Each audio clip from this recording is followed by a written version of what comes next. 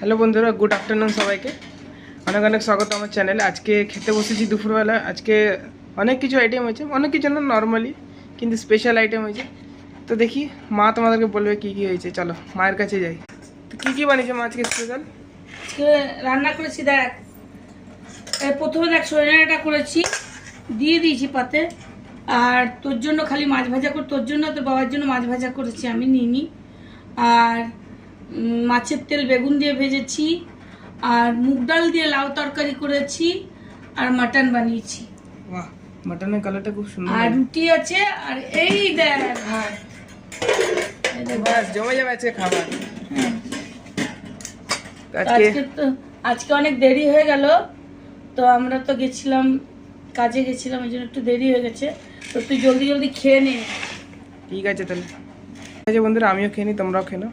আজকের জন্য এতটাই, টাটা।